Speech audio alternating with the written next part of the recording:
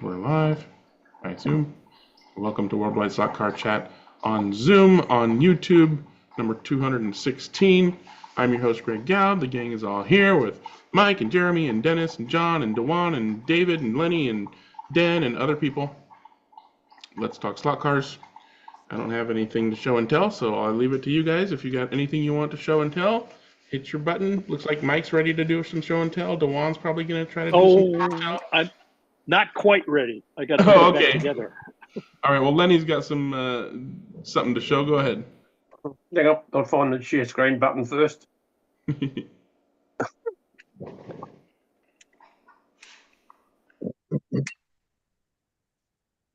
Oh, Avon slot.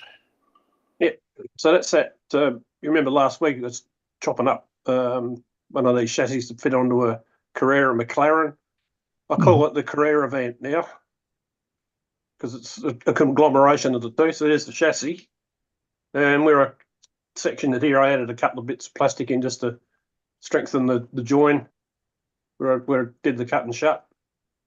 So the front tyres are off the original McLaren that I've now put on the Avant slot, what were the rear wheels that they've become the front wheels, and given them a coat of super glue, all trued up and ready to go. The back went fishing in the spares bin and found some NSR Formula One tyres that fitted on a, I think this, no, NSR Formula One wheels. So that's looking okay, I guess. So I gave it a run around the other day. It's never going to beat a Mosler or anything, but it goes okay.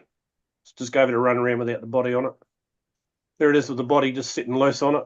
So it's looking pretty good. Needs to be raised a bit, obviously. There's the rear quarter view. And there's the side Pretty view good. of it. So yeah, so that's me show and tell. So that's the progress on it. A 17K motor that's in there or more than that. No, it's the Avant slot mode or whatever that is. I think they're 21.5 or something. Yeah, like that. that's quite a bit more. Just it's Yeah. the same color as that the sideways one. Yeah, only yeah. No, that's 17. the motor that came with the like I said last week or last fortnight. I bought 10 of these for $100 on eBay somewhere, and they duly arrived with all the bits. It was just a rolling chassis basically. $10 each. I figured that's worth it just Good for the value. wheels on its own. Yeah. So Yeah. And the motor. Definitely. Nice. Sorry, Lenny, which body is that? that's Carrera. the Carrera McLaren M20. Ah, cool. Good. Yeah. Yeah, I've got an M8 out there. I meant M8D. I meant to put a slotted one. I meant to put them alongside just to compare the sizes, but forgot to take the photo. So maybe The next time when 20 it's finished. The 20 was quite a bit bigger, I think, anyway. Yeah. As a full-size car, it was pretty large. Yeah, I yeah. remember- I had that argument with a guy at a club one night. He said And it was I know- over scale. I'm going, well, it's not an M8. And I know so little about the cars when I have both that Carrera one there and I have the slotted M8 or whatever the other one. And I M8D. thought they were the same car, right? I'm like, Oh, I thought they were the same. So when I had them side by side, I'm like, wow, those scales are way off. And then Yeah. somebody pointed out, no, Greg, that car is it's It is a lot bigger. Well, they had what, Oh. 9-litre V8s in them, 8-litre V8s in the M20s. yeah. The original cars. More than 8, I think, closer to 9. Yeah, There was some pretty brutal horsepower in that thing. yeah. I think they were trying to compete with the Porsches, weren't they? Yeah. Yeah. And I mean, the Anyway, Porsches- that's my show and tell for now.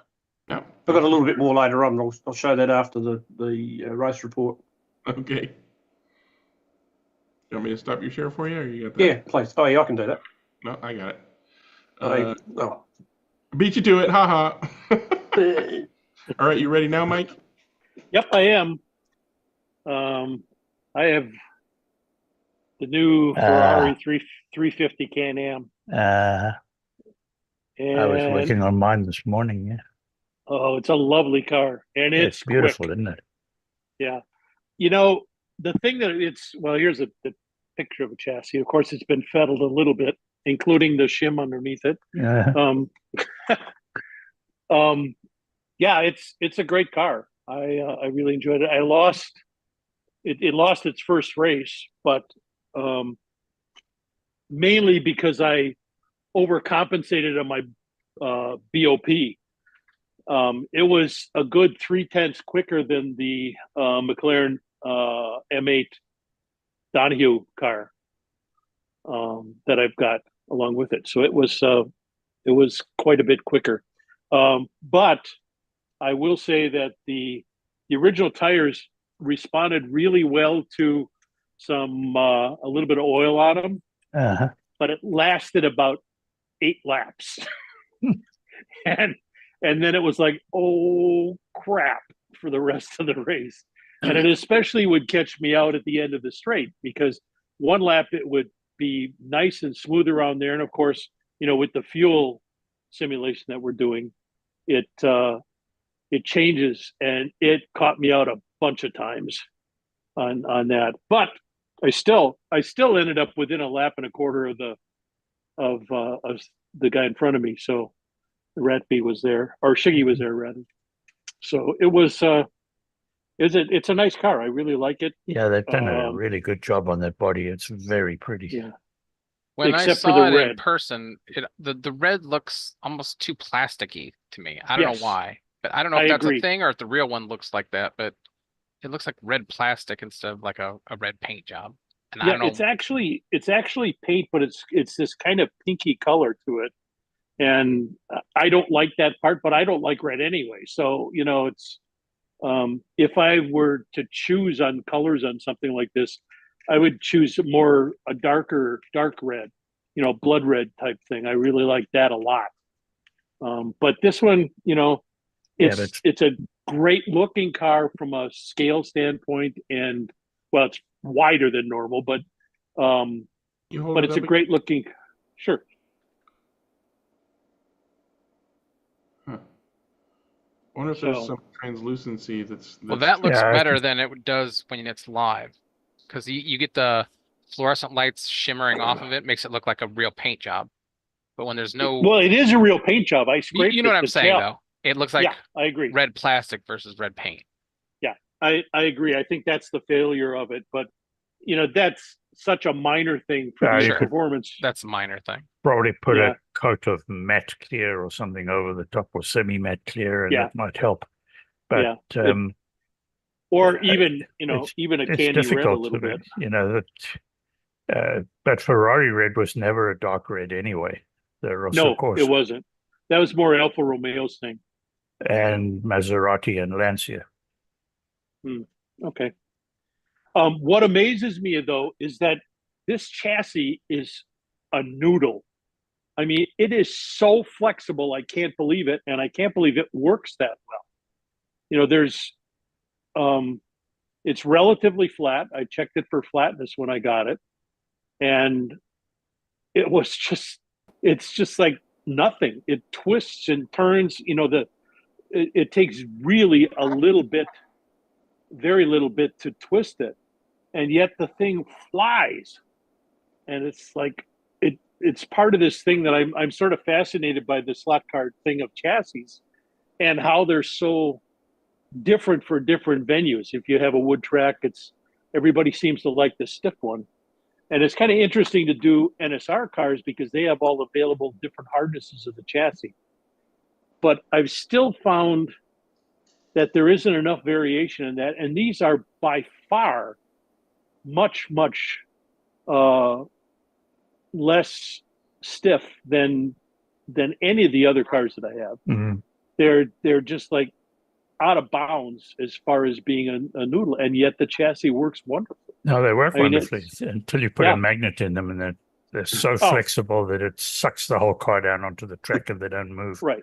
Yeah. The first one that I got, I just about threw the car away because of that. Because I was running magnets at that point, and you couldn't. The minute you put any kind of magnet in, it was like right on the track.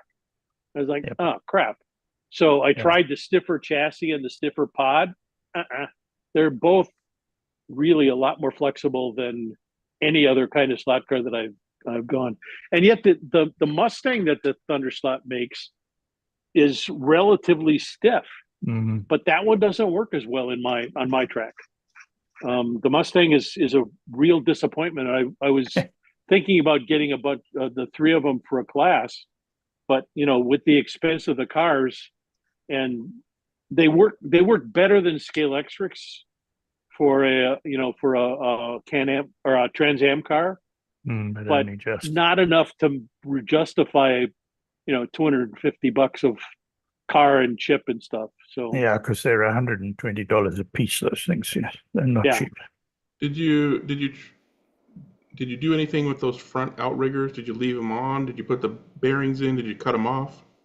no, I did nothing with them Okay. so far. I got the interior. I sort of like, it's one of those things where it's like, yeah, I'm so disappointed with it. I just let it sit on the shelf for a while. Yeah. And every once in a while, I've got it out now. I'm going to go take another look at it and see, because my skill as a tuner has changed in the last couple of years from what I've been doing Mhm. and what I've been trying to figure out. So it's something I have to look at and see. Although I I, don't have one yet, but there was a Facebook post, somebody was asking what the heck are these things, and I told him what they were intended for, and he's like, "Oh, okay, off they come." So I'm like, I can see that there would be situations where those would not be beneficial, and a relatively uneven Scalextric sport track might be one of those things. yeah, So it's possible. I'm anxious to see. I've ordered a bunch of borders for my polycar track, and I tried to save a little bit of cash by doing uh, MDF borders, and that didn't work out very well. So I'm committed to a couple $300 worth of borders for the things, and we'll see how that goes. It worked okay in a couple of the corners. It wasn't bad, but in some of them, especially the uphill portion of it, it just like the minute it would catch that edge, it was out. Mm. So I'm interested to find out how it does on the polycar track, because that's different, and it also doesn't have as much magnetic downforce because it's got partially stainless steel rails. So I may up having to have two sets of cars, one for each track. So Well, how much do you have a magnet, Marshall? Yeah.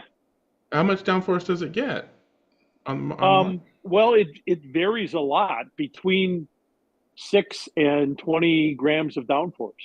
Okay, yeah, that'll make So it's enough. It's enough that if I've got two cars, like with my Porsche 963, it's 3 grams less of downforce than some of the other cars that I've got. And then I've got one of my cars that I put a Cahosa motor in, and that one has almost 20 grams of downforce on it. And that I thought first that it was just, the motor is really nice and smooth, and it's really fast, and it makes the car handle really well. Nah, it's the downforce. So you got two of the Mustangs. No, I've got one of the Mustangs. This Oh. is not on the Mustang. This was on a different car. Okay, But well, so the Mustang, what does the Mustang pull on the Magnet Marshall? I will find out. I mean, because that's like you said about other cars. If one Mustang is pulling 6 and then another one is pulling 20, that's a functional difference. But if one's pulling 5 and the other one's pulling 6, it's not going to be. So going from steel to stainless steel between 5 and 6 on steel is going to be like 1 or 2 or 0 on stainless. Yeah, but you're going to pick up low. traction because of the surface of the track anyway. Yeah, it's a kind of like a swap. You're going to get better traction from the surface. Yeah, you get better But traction. if we're talking about if the Mustang is pulling, 20, 30, whatever on the market. 13. 13. 13. Okay, so that's Okay. to me that's negligible. To the pros out there, maybe there's something to that. But I think the grip on the Polycar will make more difference than the lower magnetic pull of the Polycar. Like you're not going to lose so much magnetism, that it's worse in spite of the texture of the Polycar. No, I don't think so. I think, but it might change the tuning that I'm doing Yes. a Yes. bit. That may be the significant difference, But I because think that's going to be more there's a attributable to the texture of the track than the downforce of the motor. yeah, it could be, yeah. And the Yeah, stiffness I of the track, because Polycar's hard plastic and Sport is flexible plastic. True, true. That's being said, since I got the first order of my borders here, I really like the way they're inserted, and it stiffens the whole piece. So with the Scalextric borders, they're so flimsy that I had to glue them Yeah. in place in order to make them even semi acceptable as far as stiffness goes. But the Polycar ones are much better, and a much better insertion method. So it's more even surface. Plus, if you're raising it for an overpass or something like that, the borders are solid, so you don't have to worry about if you put the posts up with the thing across it to hold it up, that the whole thing is going to be stiff enough that it'll hold. And I think that's an advantage there. So we'll see. It'd be, however, a substantial increase in my budget to redo my whole track in Polycar. However, so I'm like, But, especially but the other one is mostly Polycar, except for the lane changes. Except for the lane changers, it's Polycar. Did you see the feature list? Did you actually look at the manual for the lane changer? No, I have not. I have not yet. Boy, put an extra pair of undies on, because it's got some cool features.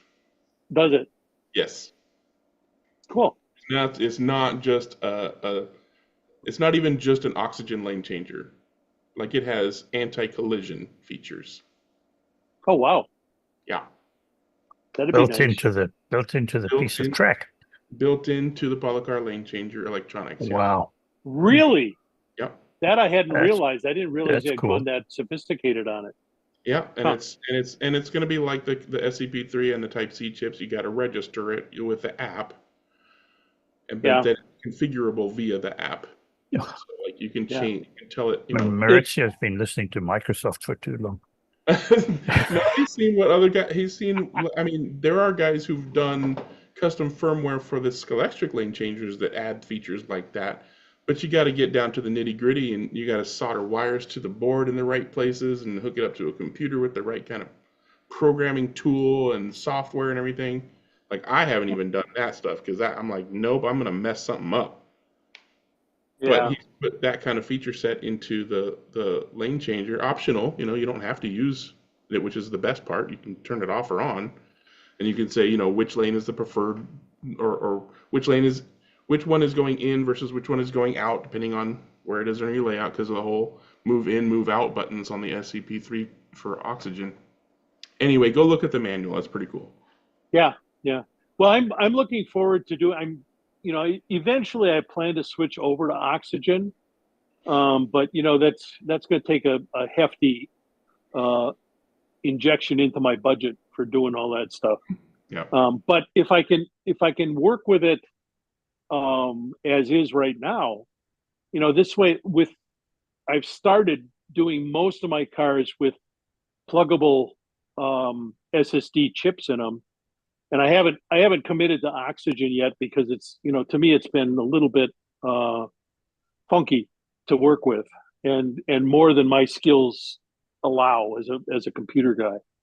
And a lot of bitten by the Type C chip Scalextric digital firmware not being having that bug that kind of makes it unusable for Scalextric digital. It's way better for oxygen, though. Yeah, 50% failure rate on the chips was like, maybe I'll hold up, since these chips are $45 instead of 30. It's like, oh crap. So, but eventually I hope to do that, do the Polycar, and I might end up having a separate set of cars for each different track, a separate set of my cars. And then if the other guys want some of their cars to do it, they just have to buy the Type C chip.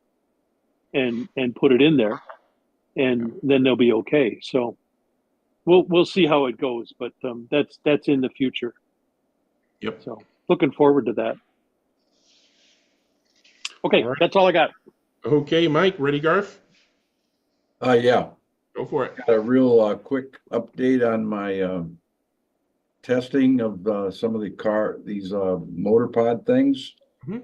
And I got 4 cars that are currently being tested. Okay, these are the 4 cars, and they all got, stock slotted motors in them, and outlaw wheels, outlaw guides, and the outlaw motor pod. Okay, the rotating tube motor pod. Okay, and pretty much the motor pod testing is done. You know what I mean? The motor pods have proved beyond a shadow of doubt that they're a huge improvement putting them in any slot.it car, period. Okay. And so the rest of the testing is just a little bit of weight, putting weight here and there in them, and the suspension on the back of the pod. Okay. Foam or silicone washers, or or different versions of length of screws and things like that. Okay, so but these are all really awesome running cars, and each one of the cars has, except for the Maserati, that's the one that Jeremy gave me the body and the chassis for, but the other cars all have mates too. So there's a pair of these, pair of those, and a pair of that. So and the object of the test, the end of the test, is going to be so I have a set of 4 to 6 Nomad cars that I can run as an IROC series. So, and that's about all I got right there. So Nice. Are you going to make that chassis available? Or the pod? A pod, rather. Sorry. Yeah, I assume those are on the Outlaw. no, they're not. Well, why? What? Why not? I don't know. I assume that people would just copy it, but I mean, it's just Oh, yeah, but they're copying everything else you share too. So. no. I meant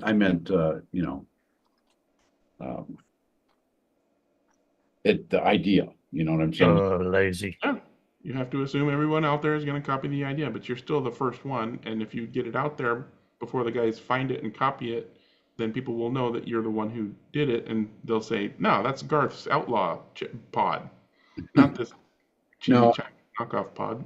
And you have troglodytes like me who don't have a 3D printer, so I don't really know Oh, anybody. neither do I. Neither do I. I can't print those and have them be like his. He Yeah.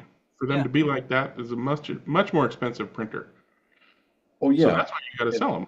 And I don't have an SLS printer either, but you know what I mean? So any SLS printer can print stuff like this. So Yeah, well, I mean, if Well- you really wanted to, you could put it on Shapeways, and people could pay exorbitant amount of money, and you get a buck or two, or you could, have your local dudes make a bunch and sell them direct. Whatever's happening with the other outlaw stuff, do that. well, actually we've kind of gotten rid of all the outlaw stuff. So Oh, because I haven't been to the site. as far as being on the website kind of Well, stuff. I'm working on getting injection molding because I've seen some Mm. injection molding desktop stuff that you can do, and I've had like several guides that are just you never know when you get a 3D printed if there's an air pocket in one that you don't know about, but it looks fine, and just like I just want to get if I can get to the injection molding part of this, then I'm good, then I'll be great. But Did you see Stefan's latest video? no, who's Stefan? CNC Kitchen? No. Oh my God, you need to subscribe to CNC Kitchen. Okay.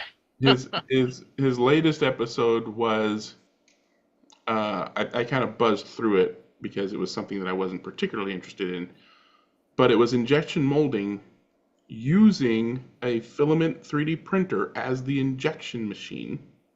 Oh yeah, I did see that. I did. He just didn't have enough pressure. Yeah, I saw that. Yeah, You're so right. like the mold, I believe, was He didn't put an resin air vent printed. in it either. Yeah. So he did a bunch of stuff to figure out. So it's like, you know, Well, my main maybe interest there's is that something to it. there's a resin that people use for molds that go Yeah. inside an aluminum mold. So then you have your own little resin mold inside that lasts, for like 100 hit shots. Yeah. But it's just I need an expert in Garth, his CAD work, and then my building of the machine. Don't forget So- those draft angles. It's just It's just Anyway, a- yeah. so you have seen that. So good. yeah, I saw it. It was interesting. It was a good So try. yeah, I think your pod design is very clever, and I think that the slot car racing world would benefit from it. But it's up to you. I personally don't understand the mindset. Yeah, of we can get people it who out there. invest I in really- don't share them, but The you do you. reluctance I have about, trying to sell it or whatever, is that it's not really a plug and play thing. You know what I mean? It requires, you have to do some work to make it go. You know what I mean? You have to, that you have to make sure that the tube fits into the two parts fit together in the right way. And Okay, time out. The people who are going to look for and find that pod are the people who will do that by nature, just instinctively. Yep. Those are the people who are going to buy that pod. The people who aren't going to do that stuff are not going to even find your pod. They're just, it's not going to come up on their Google searches. They're going to look for, how do I make a really fast slot car, and find some jerk off's YouTube channel that says, buy more magnets. The people who find your pod are going to be on, Home Racing World or Slot Racer, forums, and where people are actually sharing, Or on the Zoom call. or on a Zoom call, and saying, and they'll know, right? And if they don't already know, they're already of the mindset where they're wanting to find out everything that's involved in getting it to do what you got it to do. So alleviate yourself of that particular concern. so say you. So say me, and I am the leader. People that just bought their first electric set or their first Carrera set are not going to even look for that at No. all. Not going to True. be. So Don't worry about them. I think Greg's right, but it's your thing. So We're proud of you, Garth. Yeah, I think he's done a great job on most of that. Yeah. I would love to see you get credit for it. I don't know if anybody's been following the Disca 24 hours of Mechelen stuff, various threads on forums. Yuna has talked a little bit about his car and his pod design, at least on HRW and possibly other places. And somebody was asking him very specifically about the pod, and he's like, "Oh no, nobody would be interested in that because it's very specialized." And they finally got him to talk about the pod and what his design elements were, because of. And I'm reading that, I'm going, yeah, no, people will want that. Yeah. Yeah. Why do you think people don't want that? People want that. And then I think the last post I read on the thread that I'm referring to was a dude saying, "I want to order that pod." Yeah. So stop it. Just Well, assume there are people who will want it and find out how many. Part of that reflects on what I was talking about with the chassis from Thunderslot. And it's like, what makes this car work that much better when it's different than the other ones? And Mhm. why is it a preference? For my particular track and setup, what goes into that? And that's fascinating to me because it's chassis dynamics that you're actually engineering. And, it isn't just, buying stuff off the shelf. I would like to find out if, making some of the cuts that some of the builders like Scale Auto and Sideways have built into their chassis for stiffening and not and unstiffening for softening it. What difference does that make? How much does that change the chassis and where you put those and that kind of stuff? And it's fascinating to me. So Yeah. there are people like idiots like me who are out there.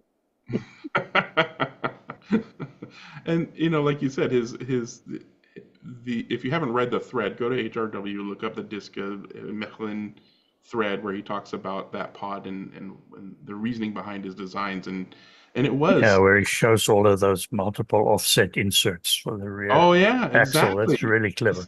It's like it's not a new idea, but it's nicely done. It's newly implemented in 132 plastic chassis, plastic pods, to have a replaceable, but offsetting the axle, not the motor, Mm-hmm. and then being able to swap in different axle offsets because they didn't want to mess with the motor offset. That was one of the cool engineering reasons that he talked about. So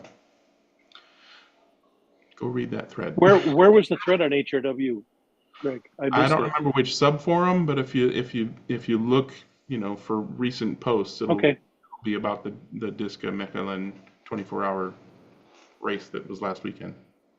Thanks. I'll check that out. Yeah, and I don't see anybody here that was there, so I guess we're going to have to wait for them. Mm-hmm. This is the late show, so it's the middle of the night over there. So next week we'll probably hear more about that. But it's the late show. Where's Gio? Come on. Oh, no, he's still over there. Never mind. Yeah, that's right. He's not back home yet. Okay, so Garth, you all done? Okay, Garth's all done. Go ahead, Dennis. Okay, I just wanted to pick up on something that on Mike's showing of the Ferrari. So here's a photo that I dug up a little while back. It's not that dark of a red, but it's not. But it's still, I don't think, quite as pink as the car has come out. However, I don't think any of us are going to be too disappointed with it. What I'm waiting for is this one, though. Mm-hmm. Yes, sir. That version of it. And these are the photographs that I always refer to when anybody posts a picture of the racer version of this car, where they got the orange color completely wrong. And everybody said, "Oh, how do you know it's wrong?" Here's the photo, because it's a little redder even than the original Tamiya papaya color. It's closer to the papaya that they're using now. Does that car still race at like historic races and stuff? If it does, Jeremy, it's in the original red because it was only painted in this color for 2 or 3 races back in 1967 or 68. Maybe there is an adjustment. Like I know, like a lot of old 70s photos, the colors get off because of the film technology. I mean, Jim would probably know better than I would, but I'm just curious how close this is to what it actually looked like. Well, it's got to be close, but I was there and I saw the car, and so you think that's pretty close? It's pretty close. Yeah, it's pretty close. Because when you look, I've seen paintings and things like that of this car, and it's the same. I don't think I've got any more of it. This is all my first. This one was a replica that was built by somebody, and it's not really the same car. I think that's it. Yeah, there we go. There's another one. This was testing before I think even before the Can-Am started that year, 67, when they used this car. Some of the later ones were a little different red. That's 69, I think, 68. Anyhow, that's me for now. I also have one of the cars. I took the Chris Amon number 23 as well, and it's lovely. They didn't do. They've tried to do the Amon helmet. It's not quite right, but it's close. So we'll leave it alone. That Team Gunston Livery always raises a few laughs over here because it was a Australian comedy character called Oh, yeah? Norman Gunston. And he's pretty. He's not doing it anymore. But back in the '70s, he was very popular. So if you ever want to Google Norman Gunston, he used to do Okay, yeah. interviews with unsuspecting Interesting. celebrities. It was a Rhodesian tobacco Yes. company. Yeah. There were a few of the guys who got that livery over here, and there comes Norman Gunston. Just Google him, check him out, right out there. Dennis, did you check the dimensions of that car? Is it the same as the Lola and the McLaren? I haven't. I really pulled it out the box this morning, and I did up the tires, and that's basically all I've done. It's too damn hot in my garage to do anything today, really. What did but you I need, will Jim? check it out. As far as I know, it's I was- probably about the same size as the others. I was just wondering because the McLaren and the Lola T70 have interchangeable chassis, even though they don't. The front grille that sticks out through, if you just cut that off, you can interchange those two cars. Oh, okay. I was just wondering if the dimensions were the same. All right. I'll check it. I'll find out. No big deal. Yeah, I'm not going to find out today. I'll find out, and I'll have that So, information Jim, next week. Which Oh, one? I was expecting it by the end of the show, Dennis. Sorry. Well, then you Well, just you have can to have it if you want. Jim. Well, then you just What- have to stop what- looking at my face while I go out into the garage, which may have been an advantage, of course. So, Jim, which car did you need to compare it to? I just wondered if it had the same dimensions, guide lead, and that kind of thing as the McLaren and the Lola T70. Okay, I'll check. Thanks. So I don't have to do it. So I can relax in my Saves you from going out to the hot garage. and hang out in my lazy boy inside the house. So when I saw that Gunter livery, and maybe it's my eyes, maybe it's my screen, but the orange looked very creamsicle. It maybe a little darker than creamsicle, but but a relatively light orange. Yeah, Not- it's not an orange like. Trying to think where you would see one, but You know, Like it a almost- Honda orange on the old mopeds was like a bright. It was yeah, almost or if you a school bus compare it yellow. to the oranges that you get in the paint, Tamiya Not- paint or the McLaren. Petra paints, it's not Not that McLaren kind of orange. No, You have to go with a yellow of some sort in order to get close. I was gonna say it kind of reminded me of a school bus yellow. Yeah, it's a little redder than Piper Cub yellow or camel yellow. But I did find one eventually. The camel yellow is close, but it's still a little too yellow. Yeah. But Yeah, it's, like I said, school bus yellow, which is to my eyes is more of a light orange than a dark yellow. yeah. Although that car, from my memory anyway, and it's it's a long time ago now, was a little more orange than school bus yellow. Anyway, whatever. I didn't see it in person, so Yeah. It was if a I good saw looking car in person. It was a good looking car with that livery. It really was very, very pretty. It was too heavy to be a Can-Am car, and it was, it was not a good racer, but it did okay.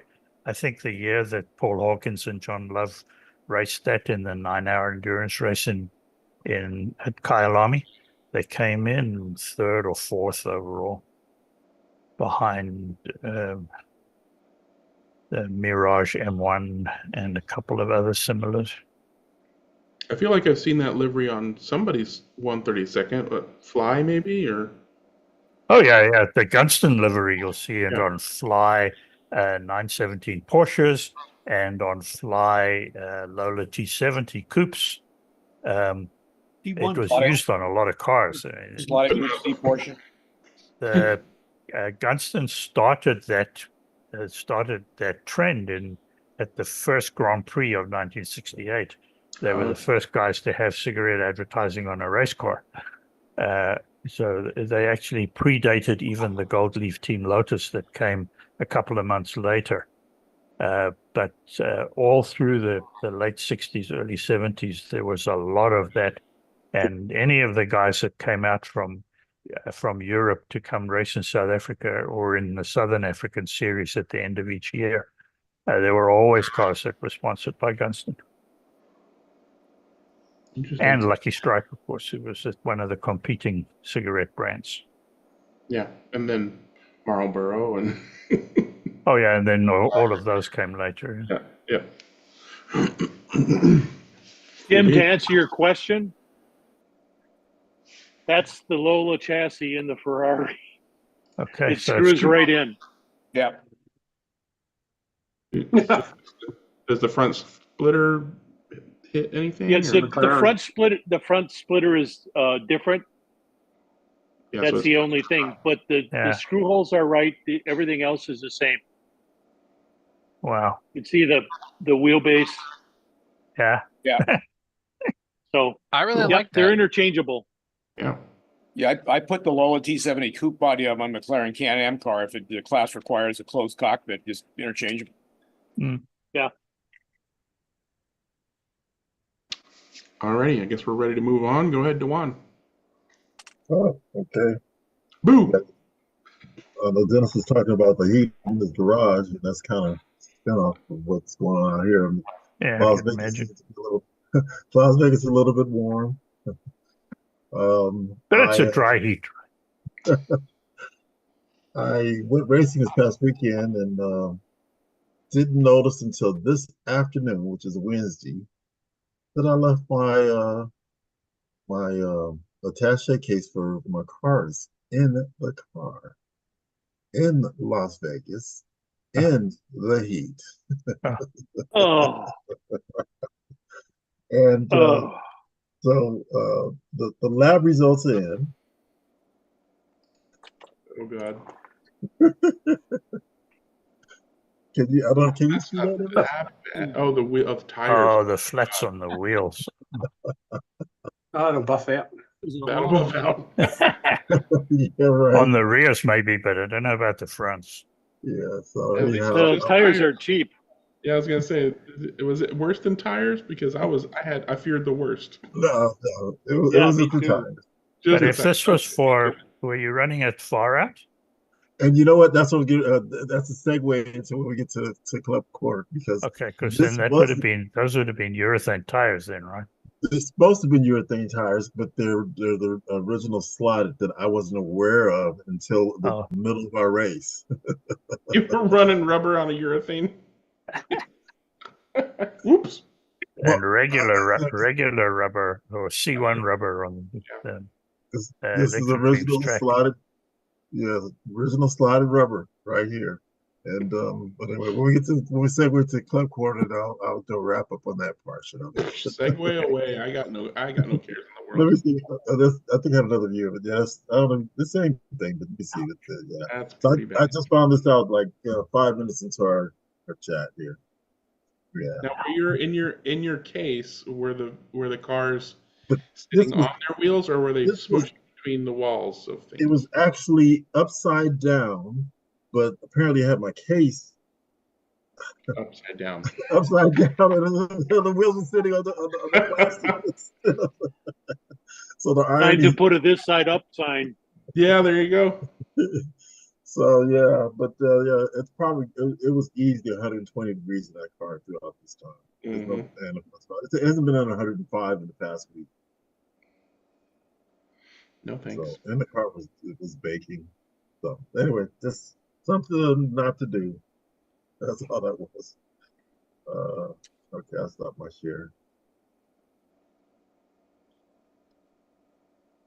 You got it? You want Okay, me- there it goes. No. What? Hold on, wait. What's going on? I got Okay, it. thank you.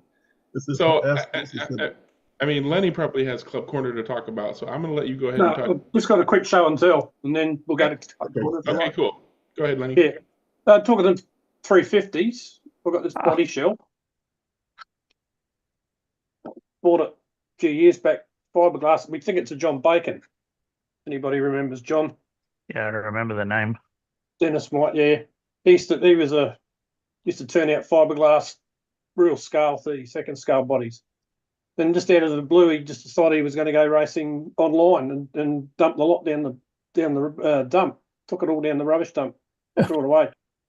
So we lost the whole resource of these bodies. Fortunately, some people have backflipped them. But yeah, we think this is an original making. So because it's all not shown up Looks very well, like it's it. all rough underneath. I know Yeah, Phil Caldwell in Tasmania. He made a resin version of this car as well. I have Yeah. one of those. Yeah, well, he actually made up a windscreen for me. So Nice. I'm in contact with Phil a fair bit. So I yeah, so that think was it for me. That was it for you guys Charlton thought it Quick was Start. hot. Look at Marco. Oh my God. Okay. You're getting spotlighted, dude. He's testing. Oh, well, he's in a pool. That's not quite the same. Stay in the water. It's summer, guys. Come on. Yeah, I thought he was sweaty. And he's Yeah. supposed to be working, right? That's Supposed not to be electric working, dreams yeah, in the look at this. background. That's my kind of working. Yeah. Marco, I thought that live chase today in LA was going to come close to Electric Dreams. It was actually, right? Yeah, pretty Carlos- fairly close. Carlos was telling me that he was going out for lunch and say, "Oh, that's not a good time right now. Just Hang back. stay a little bit more." But they got away, right? I didn't follow to that. No, I didn't see it. Well, hopefully everybody's okay. Yeah. Thanks for coming. The guy in jail's not okay, but Yeah, hopefully he didn't hurt anybody and he's in jail, Yeah. not hurting people. All right, so it looks like we're going to segue to Club Corner since I don't see anybody else with hands up or saying Greg. So go ahead, Dewan, and then we'll probably get to Mike. All righty. Well, as I was mentioning, we had a race this weekend. It was at Electric Dreams. Two classes. The races sideways, the same class we had last week, race this week again. And we also had the slotted Group C, and 23 racers, and I'm feeling better. So the racer sideways was the first race, and I did have the results here. I'll just go ahead. I'm just going to show you my results, and I'll show you the final results afterwards. That's all that matters. So this is the first heat of the racer sideways, and in this heat, One in second overall. exactly. Well, this is the first. This is the first out of six races. So That's true. but yeah, so it was nice. But you were on blue lane. You should have. Never mind. Okay. So, but he was on yellow lane too. So that's the fastest. That's the best one of the Formula races. So anyway, but no, but Bob is exceptionally more talented than I am. And so that was the first heat. Oh yeah, Bob. Yeah. Oops, gosh darn it. Hold on. What did I do? Oh, I hit the wrong thing here. So second heat, still in second. Got my 20 laps in. And what's the arrows? Third heat on the red lane. 20 laps in. Still second. Mm-hmm. Fourth heat on green. Still in second. Yeah. You got to be feeling good now. Yeah. Getting excited. Baba Hooley being ahead of you is not being in second. Baba Hooley being ahead of you is being in first. Yeah. If it's only Bob, yeah. Okay, so there we go. Then well, I think I have a better shot at this. No, that's the best shot I have. So that's I finished overall second and finished in All black lane 20.7 laps. So Cool. oh, that's better. That's it. That's the end of it. So yeah. Yeah, nice. Go around, Mark. Hey, slow clap for Dewan. Well done. Congratulations, one. Very nice. Good job. Good job. Yeah. Kicking And wicked. then, from there, this was so overall. That was just for that heat. Overall, I finished 14, 15. 15th. 15. I thought it was 14. Of 23 guys. So, I mean, Yeah. that's not bad at But you're all. moving Yeah. up. I mean, I remember when you I'd be first quite started. happy with that. In 4 more laps, you'll be top 10. Yep. Yeah. Yep. So that was the first race. The second race, I had my confidence builder car. The car it was actually, I have to start with, it was this car, the same one that I just showed you with um, the tires had flattened out on. And it's the Group C. I was supposed to be racing with Ortmans, but I was racing with the standard slotted rubber tires and didn't realize it. This is a car I got from Dennis from that estate sale that he had for his associate that he was selling off all the cars for. Uh-huh. He had years ago, and it was but this car is just phenomenal in my opinion, and so that's the segue into it. But oh no, during practice, somehow my throttle got stuck on one of the, and the thing just went flying like crazy around one of the turns and just hit hard, smashed. The lights came out and the whole interior just completely just got dislodged. So took the body off and E1000, A6000, the whole thing, and got it back together because luckily it was the second race, so it gave it time to cure and heal and everything. And so that's the segue into it. But when we got to the race,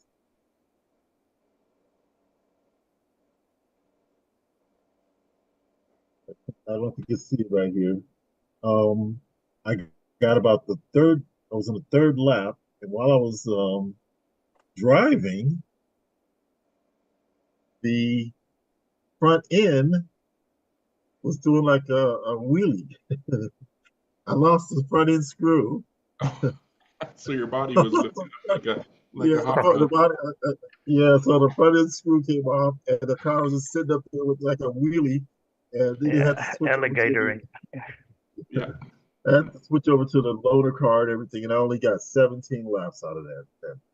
Oh, it's too bad.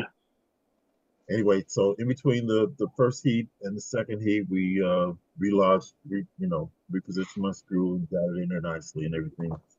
And but anyway, I started off in a blazing sixth place for that. 17 laps, and it was just,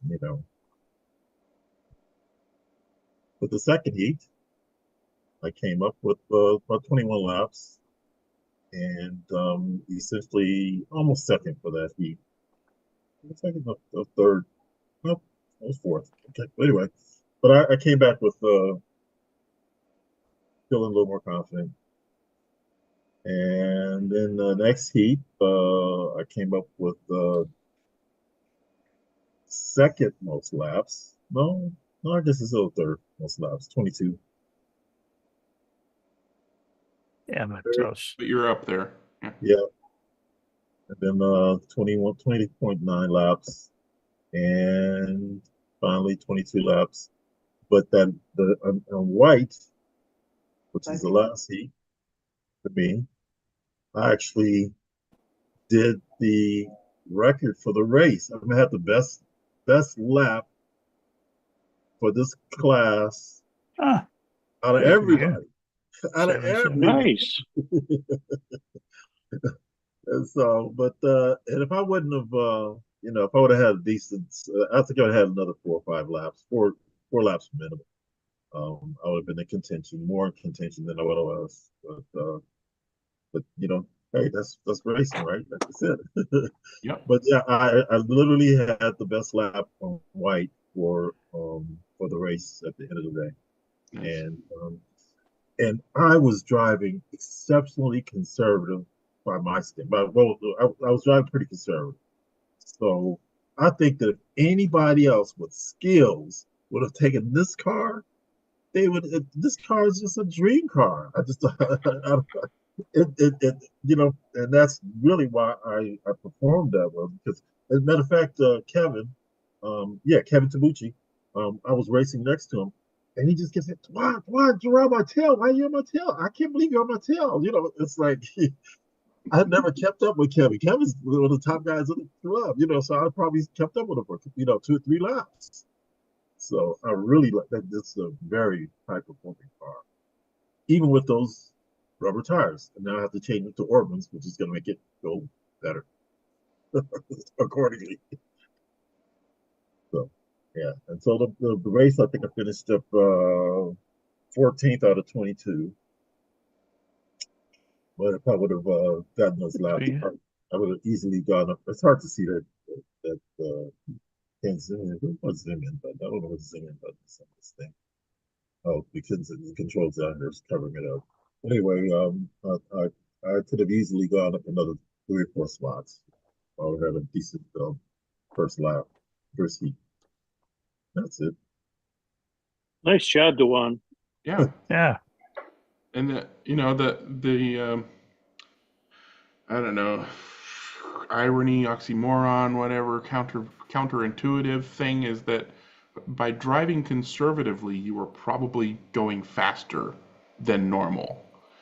Yeah. Because but I was definitely easing up on those curves. I could have taken those curves a lot faster. But that's really the way to do it. That's the way to do it. The difference between a guy who is going faster than you, but driving with the same conservatism as far as, into the turns, through the turns, and all that stuff, is just trigger time, just more practice. Maybe a tiny little bit more speed actually in the turn, but all of your lap time gains come from braking at just the right point, that you're at just the right speed when you enter the turn, that you're not kicking the rear end out, but you're continuing around the turn without sliding a bunch. And then waiting for the exact right moment on the next straightaway, but when your car is perfectly straight, that you hit the gas so you rock it off rather than wiggle waggle down the straight. Right. And by driving conservatively, you were doing that accidentally, but that's how you get the faster laps, is by doing that. And the same thing happened to the guy at our race on Monday, one of the newer guys. I'm like, he has a tendency to push too hard. And I'm like, I kept having to remind him, look, keeping the tail over the rails is the way to go. Forget about everything else on the track. Focus on your car. Focus only on keeping the tail over the rails. Brake earlier if you need to. Go slower through the turns if you need to. Accelerate later if you need to. And because you're not breaking traction every time you go into or out of a turn, you're shooting up the straight and you're going through the turns rather than whipping out at the end of the straight and wiggling and waggling down the next one. Absolutely. The one my advice is go against everything Greg just said. Just go kamikaze, force it, be the fastest one, overtake everybody, share the corners, just go for it, one. Well, I did not come. I'm gonna tell you, I did not come out 2 of those heats at all, and in 2 other heats, I got taken out just for one, and that was my only out. So I went literally 4 heats without any errors on my end. But that's why I really meant I was driving, and I felt that I was braking a little too. I was stopped a little too soon going into the turn. So I had room for a lot of room for improvement, but I just wasn't feeling that comfortable to really challenge it. Yeah, well, that track seems very simple, but it's very challenging, especially on the S, because over there, I think the best way to take that corner is to set up a speed that you're comfortable when you see the car is doing it. And during practice, you need to find that speed and just brake late and just try to go around it with only one speed on there, so the car got a fishtail a little bit, and then because it's very hard to have consistent laps if you don't have that in your mindset, because the braking you can figure out what you're doing, and every single piece of straight on every class you can punch it. That's why we designed that way, and it's all about the braking. But the S over there is just very hard to deal with, but once you master that thing, you can now have constant laps. It looks like it's a simple track, but it's not. To race over there, I never raced there, but to race, to have like 3 minutes of consistent laps without slotting and not being frustrating because the red and the white lanes are so much slower than the other ones. knowing that you're gonna have a comeback, and just be concentrated on red and white and leave people just pass you by, because they're gonna go See you there later. too. So it's very hard to figure out that. It's very close to Buena Park, the flat track at Buena Park. I remember black and yellow or black and purple. The ones, the shorter ones were super. It's way like 3 tenths faster than other ones. And every time that you go to red and white, it's frustrating because you see everybody passing by and you think that you're not in a race pace. But anyway, John, I'm sorry for not being there. And I would like to publicly say thanks to Carlos, who took care of the race. I He wasn't did a able to great be job. there. Yeah. Yeah, but seems to be a fun race. I followed a little bit online. Okay, great. Okay. I'm sure Can I just say, if any of my guys are watching, listen to what Greg said. You know who you are. I mean, it comes back to what Alan used to tell me is it's a lot easier to become faster if you focus on consistency versus becoming consistent if you focus on speed. Just focus on keeping the tail over the rails and you'll just get faster. The more trigger time you've got, the faster you'll get. But if you're just flinging it around all over the place, hoping for the fastest possible lap and don't care where your tail is or how many people you knock that's off. so much more fun. That's I won't deny that there's some fun to that. Slinging it around is fun.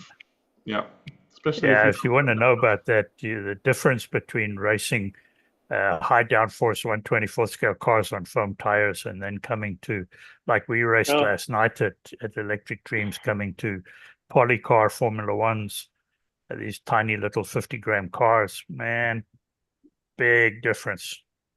Anyway. Yeah, all of the guys that I race with say that they've improved their racing on the wood tracks with the 24 scale cars as a result of racing the smaller cars. Yeah. You know, on a big difference in racing, I'll talk about my club corner because on Monday, what did we race for King of the Hill? I don't even remember now. But for IROC, the host decided, because he had enough of these cars, to put chips in a bag and have everybody pull out a chip with a number on it, which was the number on the vehicle. So everybody ran the same vehicle, but it was the host's vehicles rather than your own tuned vehicle. They were Ninco carts. Oh. So he had to crank the voltage all the way up to 15 for them to be anything other than slugs. So we ran those around, and for people who aren't familiar with Ninco carts, they're open wheelers just like any F1 whatever car. So if you touch wheels, somebody's coming off, and they're wide. They take up almost the entire lane width on a Scalextric Sport track, which is what we were racing on. All of them had stock rubber tires, and we were permitted to do whatever we wanted to the tires prior to the race, except my car had urethane tires. It actually drove pretty good. But so we made our way through 9 heats of Ninco carts at 15 volts. And then we turned the voltage back down to 12 and raced our NSR Can-Am / classic Le Mans cars. Just night and day. You just not. If you don't have your trigger finger ready for a big change in performance, then you are coming off all over the place. Fortunately, I had my fancy Silage controller, so all I had to do is click a few buttons and change my profile completely, and remember, of course, that I'm driving a completely different car. But, slot racing is fun. We had fun. That's pretty much it. I did not win, but I actually podiumed, which I was surprised by because I had an early off. We raced crash and burn, so an early off is highly detrimental. But I managed to eke out a 3rd place, which I ain't complaining about. But yeah, that was fun. Good night. All right, I got a bunch of hands up. I think Mike was first. Go ahead, Mike. Okay, let me.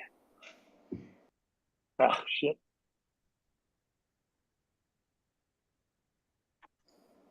I prefer there to be no shit. Okay. Yes. Beep, boop, boop, boop, boop, boop, boop. Okay, the first race of the Ferrari, as you can see, it's in second place. Unfortunately, when I set the cars up, I forgot to check the fuel that I had dialed in. And in this case, I had 2 points of a fuel rate disadvantage, and it dogged me the whole race. I would end up 2 to 3 laps down because I was using so much fuel, and then I'd have to make it up. And then, of course, I was trying too hard, and I would lose it. Plus, as I said earlier, the tires, which responded well to oil. Let me shut this off. The traction went away after about 8 laps, and if you look at the video, you can see it. I mean, there's a lot of waggle there. And then I had a number of close encounters as a result of that with the ghost cars. The ghost cars just don't usually move unless you go underneath them, as Shiggy did. It makes for some interesting melees. And there was one point where I got caught in between the 2 ghost cars with the faster one coming up my tail. It was just a madhouse. It's amazing how much those 2 extra cars make a difference. It's just. Do you run really the weird. ghost cars with lane changing, random lane changing on, or? No, I do not. I put one in each lane. Oh, okay. And So when that happened, but they're you like fix it at the next track call or something, or? yes, yeah, I fixed it. And the problem was, of course, when you're in between the ghost cars in the same lane, because one of them got jumped off. It's almost impossible to get rid of it because the lane change that you initiate will make the ghost car lane change too, which if people are doing digital, they don't understand. But still, it makes it difficult. So what I had to end up doing is completely stopping and getting hit by the ghost car, and trying to get far enough back that I could go through. And I did manage it. It was really kind of interesting to watch, but it was fun. And then the second race was I raced these were both new cars that I raced this time. I finally got the Porsche well enough that I could do a decent job as far as racing with it. Although it's definitely not as fast as the slotted Orica. When I was testing the cars beforehand, as I always test the cars before I do the races to see what the parity is, and I managed on my track a 7.389, which is within a half hundredth of my lap record with the Orica. And fortunately, Shiggy couldn't come close, and he was a little more wild. So I managed to run away with it by about 5 or 6 laps. But I'm not real happy with the Scale Auto 963. I think I'm going to look around for the different chassis, because I really think that for my track, the chassis is just a bit too stiff. Or I might, try modifying the chassis to try and loosen it up a little bit and see what happens. What tires are you running? G25s, which is my sort of standard tire. It lacks traction. I did try a little bit of oil on them, and that seemed to help a bit, but it doesn't last all that long. I might be able to soak them a little bit more and do it that way. Or the other possibility is to use the Scale Auto foams. Yeah. And that'll probably give me. Don't over oil the G25s. Yeah. Save those for your Polo car. Put on some foamies, put on some NSR, but you'll ruin those G25s. Yeah, that new angle winder pod that they have, where they've changed the angle of the motor, has moved those big ass motors quite a lot further backwards, so it does make it more difficult. Are your Yeah, are and your motors up or down for magnet downforce? what do you mean? The The the hole in is- the motor, is it yeah. up or down? I I think on the it's down. Skyloto they have it both ways. Oh, don't they? both sides. I have to tell you, I did swap the motor out to equality for all my LMPs, so it's Oh. got a slotted Flat motor in it. Yeah, Okay. flat six. With the hole down or the hole up? It's the hole is down, Oh, okay. so for sure. Anyway, I did manage to win it by quite a margin, which is surprising since I didn't qualify as fast. But it just shows you, in both cases, on these two races, the slower car won. It was kind of interesting. So yeah, you don't need the fast car. You just need to be consistent. You need to, Correct. have all your P's and Q's in order. Well, it's actually not. It's different for digital with fuel though, because if the car is slower, wouldn't you be pushing it more and using more fuel? But you got your balance of power thing going on. Yeah, So- but I did in this case. This case was even up. Okay. And it was pretty even as far as fuel usage goes. Mhm. I don't tend to be the best on the fuel usage, but it was pretty equivalent. It was very close to how much fuel. It was hard to tell because, he was 5 laps behind me at the end of it. So, and it was purely due to offs in his case. He was just, not doing it. And the difference between the two cars was really stark. The slotted Orca was just so easy to drive for me. It suited my driving style really, really well. Shiggy tends to have a wilder style than I do, and that's probably why he was braking later and pushing it a little bit more. And but the scale auto forced me to be really tidy, and it was really difficult. So, but we'll see. Like I said, I'll do the foam tire thing, which I know has the best traction no matter what. Yeah. Ultimately, that has more traction than any of the other tires. And I'll try the medium ones first, and then I'll try if that's not enough, I'll try the softest ones. But yeah, it's a beautiful car. I'm really, except for the gray chassis. I wish. Yeah, that does stick out, doesn't it? Yeah, it does. It's like, but yeah, and Easy to fix. I was gonna say that you're true enough. Painting it.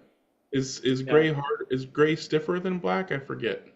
No, gray is a soft one, but they only have a Gray is the medium and a hard. one, and there is a stiffer one, but Okay, gray is just medium, spray it. black is stiff, and then what? White for. Do those scale autos still take the slotted pods?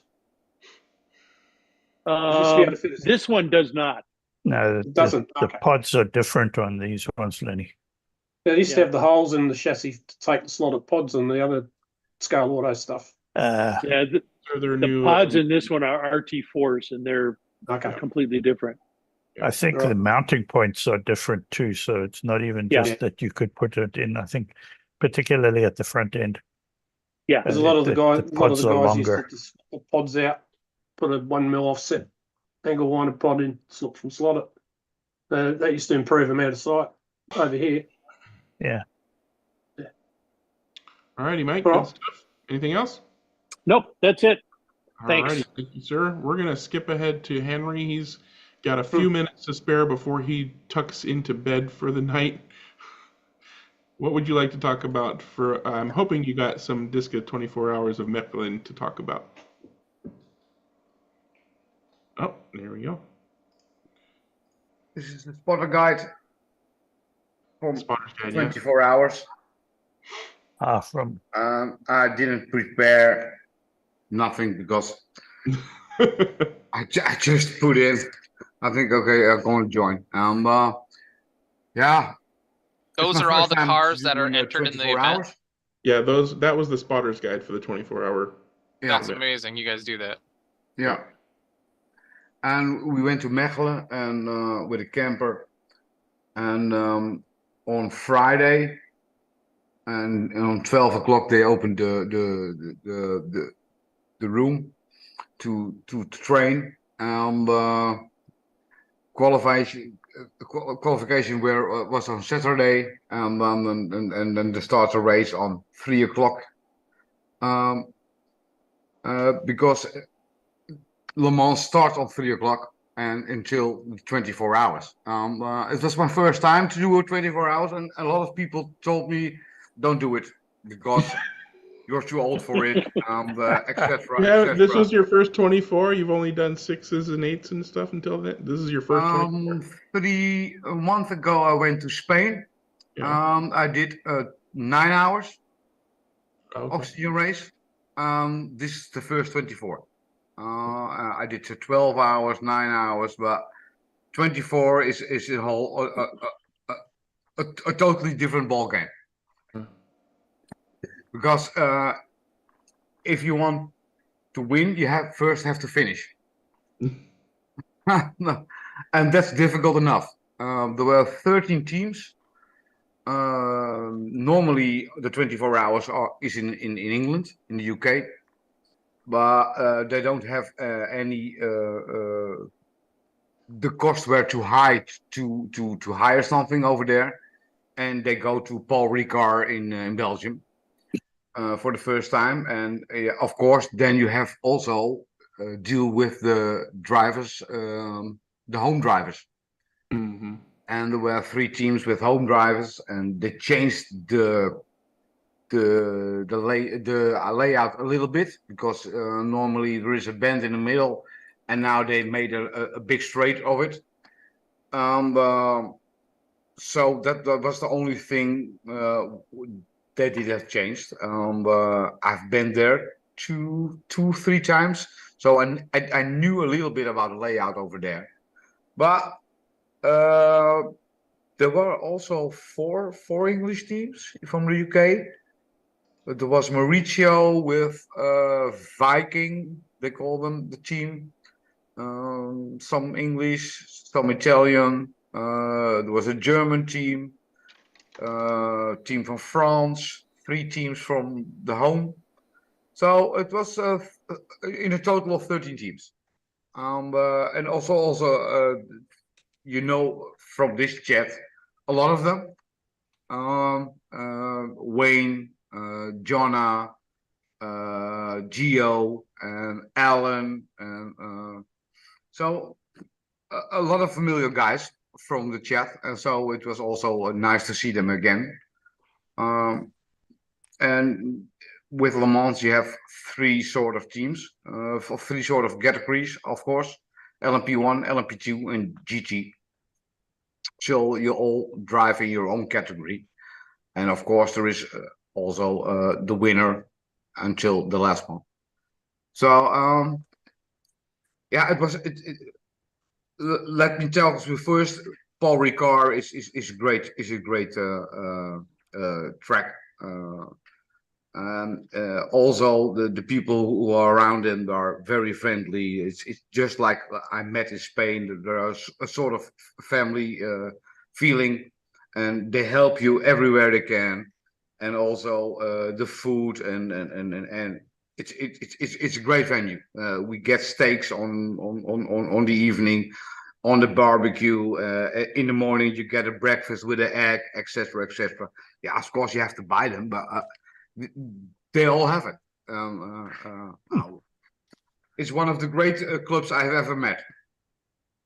So, but it's a journey to do that for 24 hours, because we had a team from 4 guys. The maximum time you can sleep is 1.5 hours. So that's not a lot, because you have to be driving, marshalling, and you have to be around if a car breaks down. So then you can take off the car off the track, and then you have to repair it, because one thing is sure: if you drive 24 hours, you have to repair your car sometimes. And in our with our team, we have to repair them for 3 times, and we totally lost about 30 minutes, 35 minutes, and we lost about 150 laps. So that's not easy to do, but it's Le Mans. It's the ball game that you drive. And totally the group of Wayne, Tomar, Gio, and Jonna did great. I think they ended sixth and second in the GT. Yeah. And for us, we were seventh and also second in the LMP2 because we lost 150 rounds on that team. So we drove for about 10 hours constantly on the fifth place. But yeah, at the end, if you have to repair 3 times your car, you're going to lose a lot of time. But that's you know that with Le Mans because you have to finish first. So sorry to interrupt you, but I want to make sure we get this question answered before you have to leave. Somebody on YouTube asked, do you have to replace the motors? And I said, not usually unless there's just kind of a random failure, but you do tend to have to replace the tires. So he wants to know specifically, like, how many sets of tires did you use? What kind of repairs did you have to do? That kind of stuff. We used two sets of tires. Only 2 sets for the whole 24. Only 2. Yeah, wow. And you can use 4 sets of tires.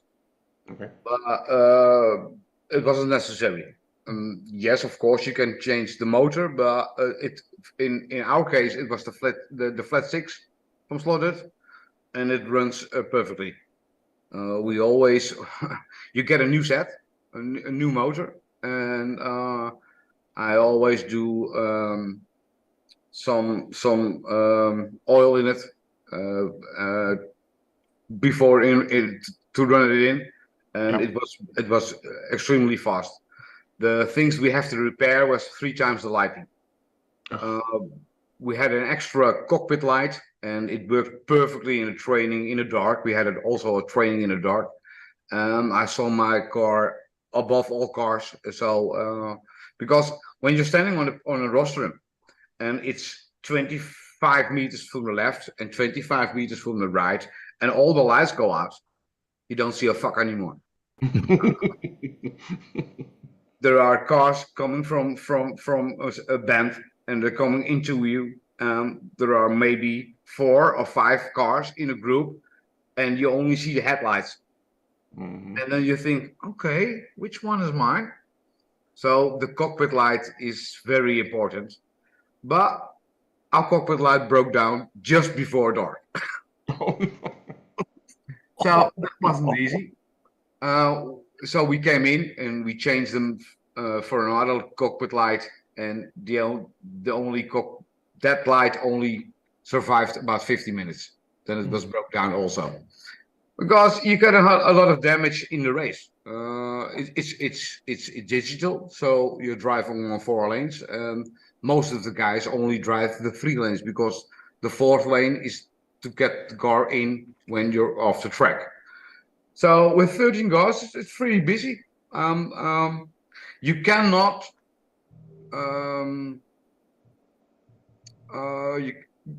You have to be focused all the time.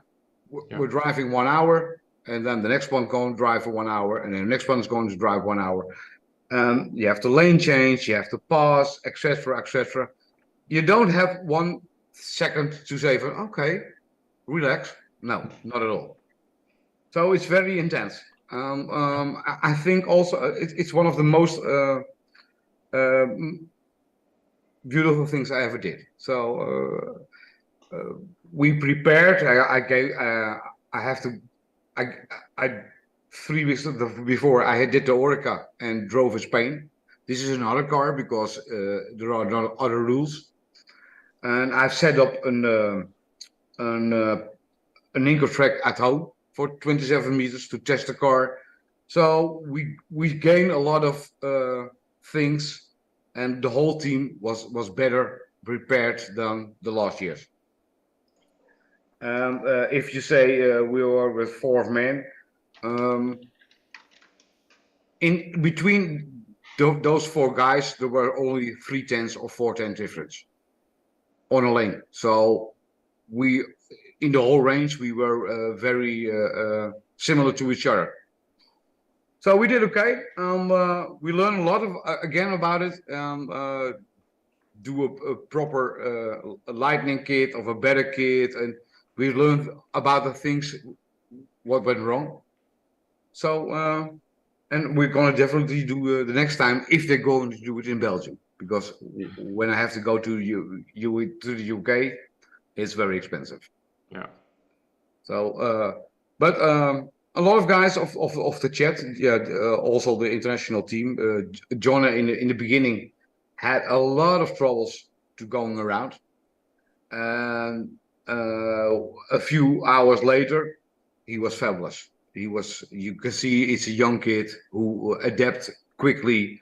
It was difficult to gain because Wayne is a good driver, Gio is a good driver, so we had really a competition over there, and that's the fun of it, of course. Yeah. So Awesome. if you have a question about 24 hours, I will explain. Are you going to put some video up on your channel? Do you have any? Yeah, there is already over there. Okay. He did a little one, yeah. Yeah. Yeah, also with the I put on an extra piece in it from Mauricio, who was also there, and he's doing an interesting piece about driving at the night, how difficult that is. And then he accidentally stood in front of the drivers. Yeah, and Ellen was shouting to him. Uh-huh. And John Underwood was there too, right? Yeah, sure. Yeah. Yeah, all the big teams from the UK were over there, and for me it was the first time. I drove now for 3 years digital, and this was the first time that I can say, okay, I'm now at the moment that I can pass cars. I'm quicker than the others, etc., etc. Because driving around, that's not so easy. That's not so difficult. But to do a lane change, when you do a lane change, you always lose 1/10, 2/10 of a second because of the lane change, and then you are in not a preferred lane anymore. Then you have to be quicker to pass the other one and then go back again. And for me, it was the first time to achieve that I was quicker than a lot of them. And personally, it was for me it was a great race. Yeah, absolutely. But 24 hours, it's a long time. Yeah, it is. As I said every time, I'm not. Nope, no, thank you. But yeah, I mean, just participating in that race is a success. So yeah, I applaud you. Yeah, it's like the Olympic thought. Yeah. Yeah, absolutely. But when you're on the 5th place of 13 and you do that for about 8 or 10 hours, and it's not easy to lose 2 places. Mm-hmm. But that's Le Mans. You have to finish. Yep. Yeah. So, all right, anybody else got any questions for Henry before we let him go? Good story, Henry. Thanks for sharing. Thank you. Thanks, Henry. Okay, and I will for sure. Wayne has the next time 2 hours straight. That's a Gio can talk. He might have his own. Maybe they'll have to do a dual presentation. Next week is going to be nothing but Wayne and Gio. I think was going to happen. Yep. Okay, I'm going to sleep now and bye until the next time. Bye. Thanks, Henry. Thanks, Henry. All right, let's get some Lenny and Jim. Go ahead, Lenny.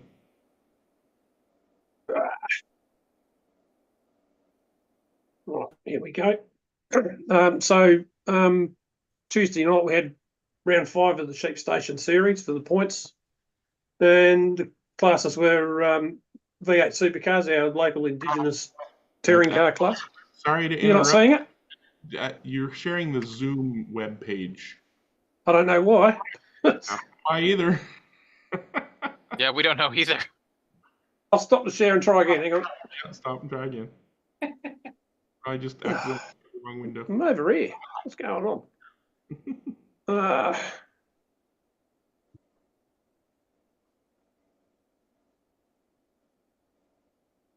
Did it again, didn't it? Hasn't come Not through. yet. No, there you No. go. So it's There we go. not a sheep. Here we are. Right, lovely. Yeah. Okay, so as I said, last Tuesday night we had our sheep station round 5 of the point series. And we started off with V8 supercars, which is their indigenous touring car series. And then modern Formula One. And finally, classic sports and GT cars. So we find the arrow. There we go. First up, we ran the V8s, and Jason ran away with that one. Doing really well. I've actually brought in some new rules to try and slow the class down, and Jason's managed to find a way around it. I think I was trying to keep him in the 7-second bracket, but a few people got beyond that. And then he won it from Steve, and then Ian actually won it with a Scalextric V8 Supercar. He got third with a Scalextric Ford Falcon, so that was pretty good. All the rest of us run vac form bodies on various different chassis. So they'd be highly modified knowing Ian and knowing where that car came from, which club it came from. They're all really well set up there. Because Ian used to race at another club I raced at. Then it was Jeff, me, Norm, Andrew, Bert. We actually awarded or gifted Bert a car because he's a bit short of dough at the moment, and I gave him one of my prototypes that we're building up for this new V8 class we're going to run eventually once we get some chassis made. So he had a run in that, and he was pretty happy with the way the car ran. And poor old Andrew bringing up the rear. So there's the podium for that one. So there's Jason's Commodore, and I think that's a Mustang. That's Steve's Mustang, and then Ian with his Scalextric Falcon. So that was a pretty good result for Ian, I think. Then we ran sports and classic GTs and normal services with Resume. Young Andrew won that by a fair margin. He ran a polycar Ferrari from Jeff with his Thunderslot McLaren, and Steve had I forget what Steve had. We'll have a look at the photo when we get there. And then Jason was quite close behind with his Thunderslot. Ian ran what did Ian run? I can't remember now. Doesn't matter. Then Norm, then me, Bert, and Andrew again. So there's the podium for that. So there's Andrew's Ferrari from Jeff's Lola, and then it was a 908 for Norm. Or Steve. I've forgotten who it was already. Going crazy. Yeah, Steve. Steve and Norm are a little bit interchangeable sometimes. Yeah, they're pretty close in competition. So that was the second race we ran, and then we ran the modern GP cars. Actually, I think I got the order wrong, but it doesn't matter. So go back to the results. Andrew won that at a canter with his 22 Formula 22, whatever it is. From me with my home built special, and Steve once again with his I think it was a what do you call it? Not the NSR, the other one. Can't remember. Scale Auto. And then Norm, Ian, Jason. Jason had a few problems. He's got a Formula 22 as well, but it's a bit recalcitrant. Norm with his old Bert with his old a metal chassis car that he put together. Jeff, and then Andrew again, unfortunately. Andrew's our perennial runner-up, from the winner from the rear, so to speak. So there's the podium. There's Andrew's Formula 22 from my Williams FW7 with self-built chassis, and then the Scale Auto for Steve. And just a bit of show and tell at the end. There's my McLaren, my Williams. It's a bit rough and ready, but it's got a brass chassis under it. I made up, and just a plain brass pan chassis. It was meant to take a long can motor, but I couldn't get it under the body, so I had to revert to a short can FK motor. So it's a playfit pointer in that. There's the underneath of it. So that thing's about 6 or 7 years old now, so it's still keeping up with the all the other stuff, all the modern Formula One cars. So I'm quite happy with that. That's the end of me. I'll get out your way. Well, Good stuff. Good looking chassis. If it works, it works. Yeah, I basically got the Scalextric chassis and used it as a template and cut it out on a sheet of brass. Sure. So it's very simple to make. Worked well. I think the secret's in the tyres. It's a well run-in set of E22 BRMs. So Alrighty. it's been a little bit on and off recently, but last Tuesday night it really clicked. The only car that beat me really was Andrew. He was some half a second faster than all of us, so per lap. So we were all racing for second at that point once he got on. So that's it for me. Thank you. Thanks for sharing. Go ahead, Jim. Okay, we had another 2-race weekend this past weekend. The first race was at Glen Canyon Raceway, which is a small Kingelman in a garage without a bank on it, or a very moderate bank, probably 5 degrees. So it's a pretty fast track. And we had 4 classes and ice cream. So we had a great time there. The second race we had was at Motown, one of our commercial tracks. And the track records fell. Those ones in green are now new track records. And so I'll talk about mine because that's the only person I care about in terms of the track records. The other people, they can come on the channel and talk about themselves. But anyway, the first race was at Motown, and we set some records all the way across in Can-Am. Track records on every lane. Actually, at one point, I held all 4 of them, and Gary said something to me and said, well, I'm going to get one of them back. So he did. So running the McLaren Can-Am with a 25K motor in it, super hard, extra hard chassis or whatever the hardest chassis they have, and G25 tires. Car ran great. One of the reasons I asked is that car could be a Ferrari next month. You never know, just by changing the body out. The second race we had was again at Motown, and this is the leaderboard that he's put up. It's actually the videos. There's a video screen now with this on it. The green are the new track records that were just set this past weekend. So I got a track record in groups 5 for most laps in the race, and you can see all the others are. Even Herman got in with a track record. Braden is the track owner's grandson and is getting better and better. He's going to make his inaugural big race appearance at the Slotted Nationals in a month or so. So looking forward to that. There's my Group 5 car. The BMWs have kind of dominated for whatever reason in this class. But we do have some other cars that are very, very competitive. So that was kind of the weekend for the racing. However, I think Courtney came on, didn't he? Are you there? Are you here, Courtney? I saw his face pop up.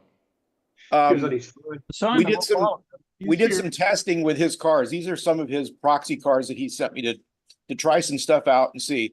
The green car at Glen Canyon, the track record used to be 4.17. It's now 4.15. Now, granted, the green car is not 100% legal. It's not at all legal for our GT3 class because we require long can motors and regular interiors. But the car is just fast. It's got a slim can Professor motor in it. It is just glued to the track. It ran within about half a tenth of the track record at the commercial track in Motown, and it broke the overall track record at Glen Canyon. So it's a really fast car. So I'm still working on those. The Yona car there on the right, it's a little bit quicker in speed, but it doesn't stick on all the tracks. The same with the McLaren, the Racer Sideways McLaren. Doesn't work super good on all the tracks, but the AMG with the slim can motor seems to work at all the tracks I've run it on. So that's all that's new and exciting for Northern California. And speaking of 24 hours, just confirmed, I'm not sure if I'm going to be a part of this or not, but there will be a NorCal team coming up to the 24 hours in Tacoma this year. So they've paid the entry. We're looking for drivers. And so we'll see who shows up. So hope to see some of you guys up there if I decide to do that. but the team is coming, whether I'm on it or not. So looking forward to that one way or the other. Oh, cool. I hope you're on it. Okay, well, floor is open. Anything slot cars is fair game. Jim, tell me about the tires on those cars. They're your tires. I don't know about it. Well, I know, but do they look okay? Yeah, no, Did they look ball great. up? No, they didn't ball up at all. They look good. Yeah, that Mercedes is just probably the finest handling car I've ever driven. That's And it's crazy. got a big body, even though it doesn't have an interior. It does have a big body on it because it's what it is. But if you know, Lexan interior and a wing is not going to add much to that car. We can't No. do that here, but for proxies, you know, of the 3 cars you sent me, that's the best overall. Well, it's got me thinking now, do I buy an NSR Corvette and put that pod in it with the lower CG, the smaller body? I think the answer is yes. Okay. All right. I'm taking donations, by the way. I'm going to open a GoFundMe page. And the cars will be on eBay shortly. So if you want one of Courtney's cars, just look on eBay. I'm trying to get sponsored by Electric Dreams. I'll get the T-shirt. I'll paint up all the cars. You thinking C7 or C8? C8 for sure. Cool.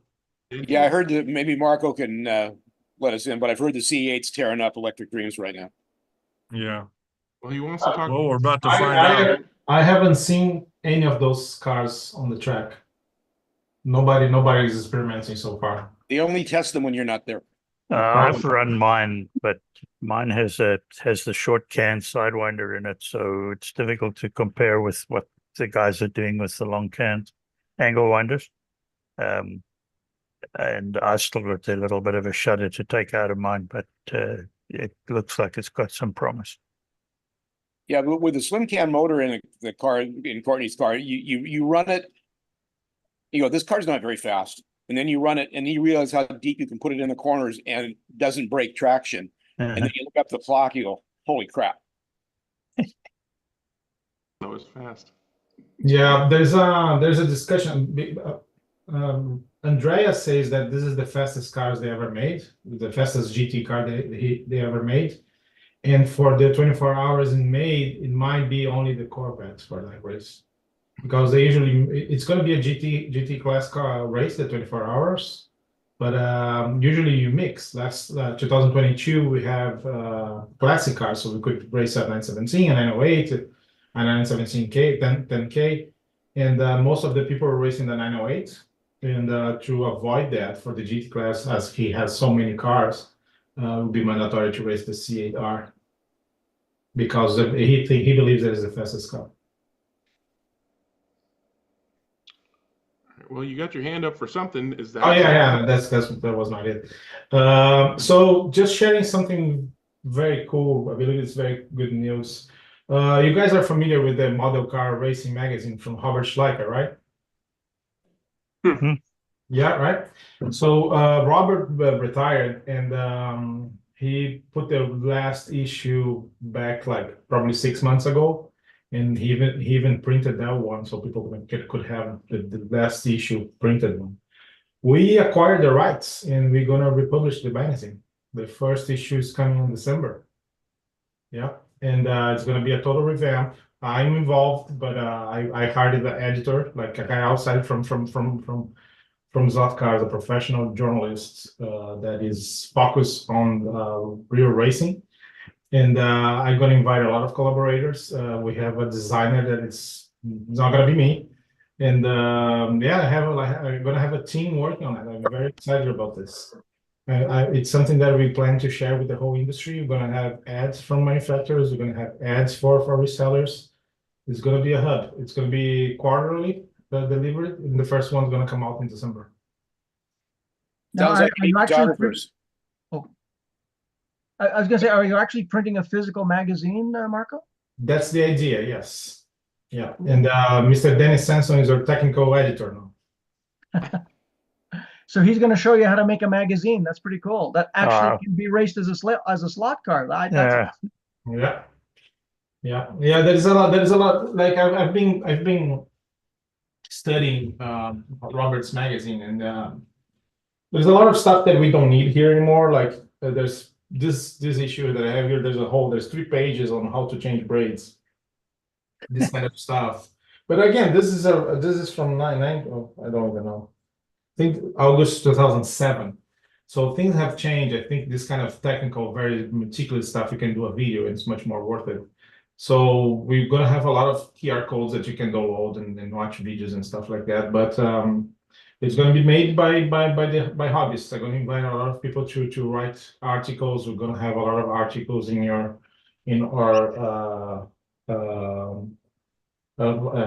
saved for future issues. But the goal is each 3 months we'll have one out. There's a designer working on a new brand. There's an editorial designer working on the new look of the magazine, and we're working on a media plan so we can offer to resellers, other stores, and manufacturers. And I'm going to overview everything, but my name's going to be far away from it. Very cool. Very cool, right? Yeah. Yeah. Will there be an electronic version, Marco? I'm sorry? Will there be an electronic version as well? Yes. It's going to be a flip version, just like the one. I believe that's going to be free, or if not, it's going to be like $1 or something. Yeah, I'll subscribe to that. And then you can buy the printed version, and we're going to keep it. You see, and then we're going to keep it. Look at this the same card that we put on the 34 on the. If you wanted the printed version, it's probably going to be about the same size, 14 open pages. That gives you 56 pages. So I hate to do this, but a little bit of self-promotion, because this was about my daughter's slot car company. That's very nice. That was what? Number 88. This was number 86. 86. No, 86. Yeah. Yeah, I have the complete set, and I've got a couple of cars in some of those as well. Yeah, so we're excited about this. I think it's another way that we can share the market, like putting a lot of information, something that you can consume and not be how's the word? Like we're sharing. We're gonna offer a bunch of free ads for even our competitors in the first time. It's good. It's gonna be completely detached from Electric Dreams. Well, heck, why not include an issue with every large kit or large set that's sold to a newbie, to show them where they can go with the hobby? I don't think that the audience for a magazine like that is a newbie, especially because a new guy will come to Google first, and in probably 3 or 4 years they're going to be buying from Amazon like everybody is. If I don't know if you guys noticed, but unfortunately Carrera and Scalextrics, they invested a lot of money on proper Amazon stores. It has been a big problem for the resellers, because they're literally selling for almost the price that we pay. There's a Lancia 1/32 scale car that our cost was $25.99. Sorry to interrupt, but I think it would be really kind of cool that even for Electric Dreams, that somebody just getting into the hobby have a section of the magazine that says "Welcome to the club" or "Welcome to the hobby." I plan to hire no, but invite newbies to write articles to say, "Oh, that's my journey, 3 months in slot car racing." Yeah, this kind of stuff, yes, but no, I don't think we're gonna have like purchase guides for new slot cars and all. No, I agree with you, but at least, if somebody's just dipping their toe in, show them in some way, shape, or form the potential of where you can go with it. Yeah. Just to finish my thought, like things have changed a lot lately. Like recently, actually, the past 6 months, both Hornby and Carrera, they're investing a lot on Amazon.